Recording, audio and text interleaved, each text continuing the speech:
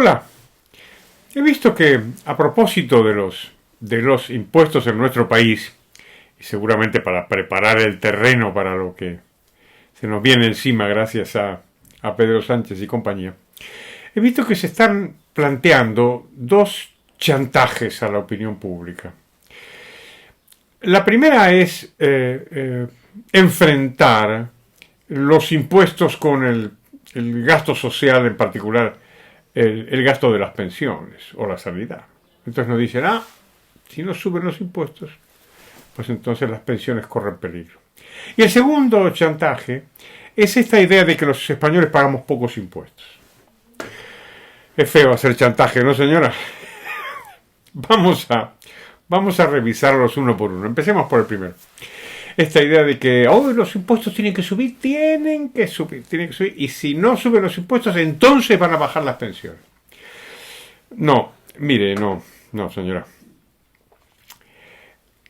Este chantaje parte de la base de que el gasto público está petrificado. Es decir, nunca puede bajar.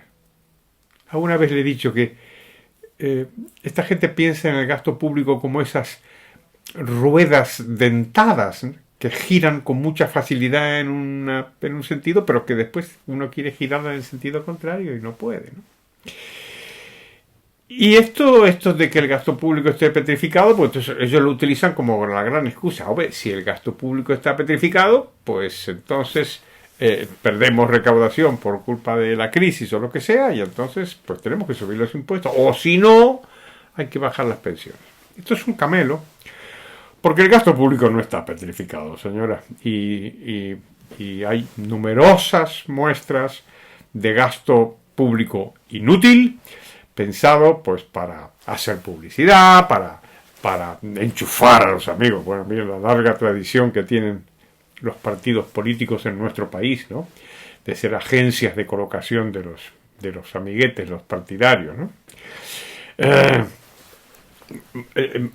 Mucha más, hacer publicidad, ocultar el paro, crear redes clientelares, en fin, el despilfarro y la ineficiencia no son un invento, digamos. El despilfarro y la ineficiencia del sector público están pues ampliamente probados tanto en nuestro país como en muchos otros, ¿no?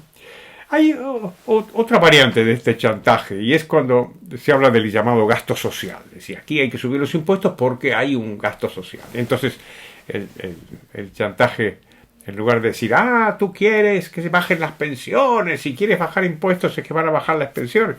Otra forma de chantaje es decir, ¿acaso no quieres tú que haya ERTES? Si bajan los impuestos y baja el gasto público, pues entonces no habría ERTES. ¿Acaso quieres tú que no haya ERTES? Pues es un camelo también, es un camelo muy, muy importante, y en realidad ya está bien esto de que el paro es un fenómeno que no tiene nada que ver con los políticos y que cuando se produce se resuelve con más gasto público. No, primero el paro no es un problema exógeno, es un paro provocado por los políticos que no han querido ni a la derecha ni a la izquierda, no han querido liberalizar el rígido mercado laboral que heredamos del régimen franquista. Les dio miedo, simplemente les dio miedo, miedo a la libertad, como diría Eric Fromm, le dio miedo a la libertad del mercado de trabajo. Y entonces no se les ocurre ante el paro más solución que los ERTE, que en realidad ayudan no fundamentalmente a los parados, sino a los gobiernos, para que no aumenten la cifra del paro, ¿no? Aquí lo que hay que hacer, señora, no es aumentar el gasto público para subsidiar a los parados, sino acabar con el paro. Esto no es un pensamiento mágico, esto existe en otros países, y no están en Oceanía, no, están aquí, están en Europa. Hay países que son como los nuestros, muy parecidos, con estados muy grandes, impuestos muy altos, a mí eso nada me gusta, pero no tienen paro. ¿Y por qué no tienen paro? Porque tienen un mercado laboral abierto, flexible y liberalizado. Y esto es lo que se necesita, no es una receta extraña, ¿no? Por lo tanto, este chantaje no lo aceptemos, señora. Ahora vamos al segundo. Es decir, los españoles pagamos pocos impuestos. Bueno, por cierto, incluso aunque fuera verdad, o el hecho de que las mujeres trabajadoras sean más castigadas en otros países no es argumento, o no debería ser argumento para castigarlas aquí, me parece a mí. Pero bueno, el tema ¿es verdad? Pareciera que sí. España tiene una presión fiscal pues más reducida que la media europea.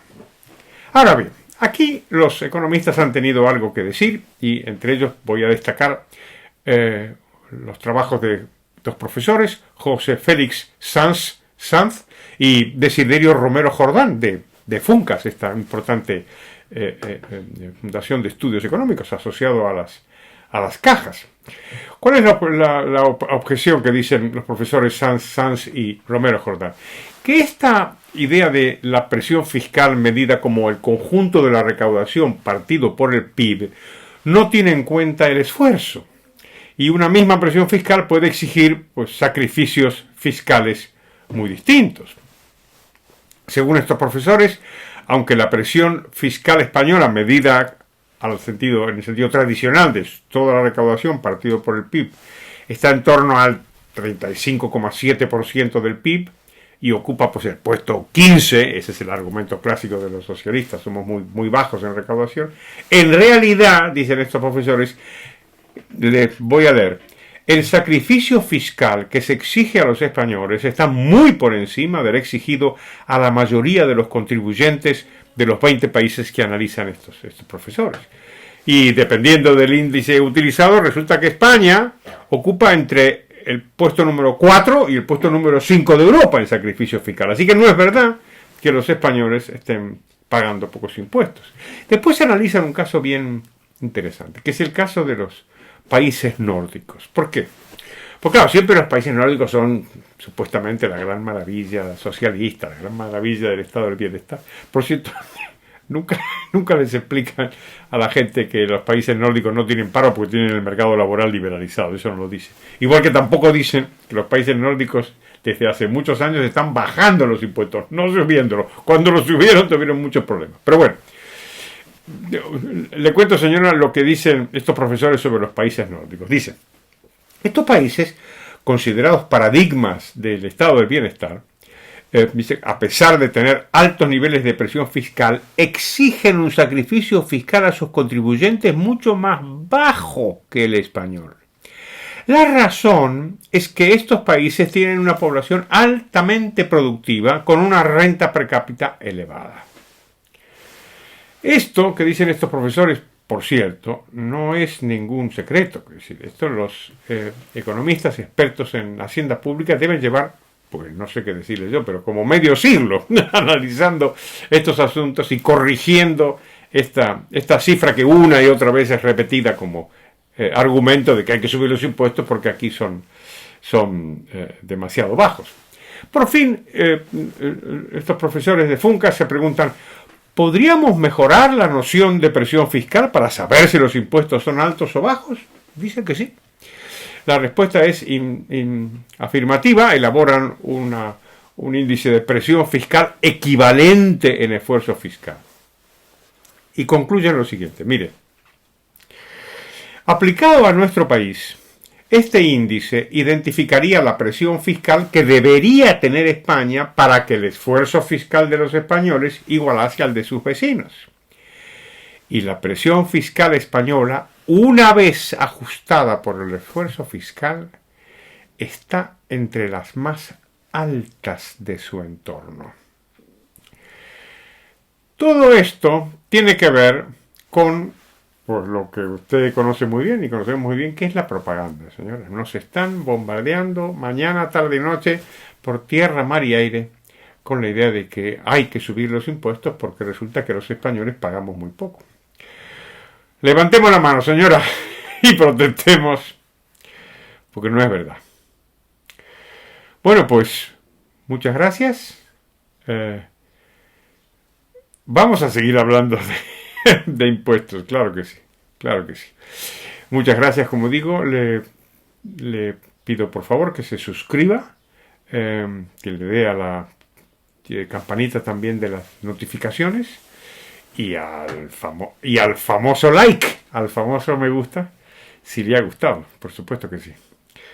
Muchas gracias otra vez y hasta pronto.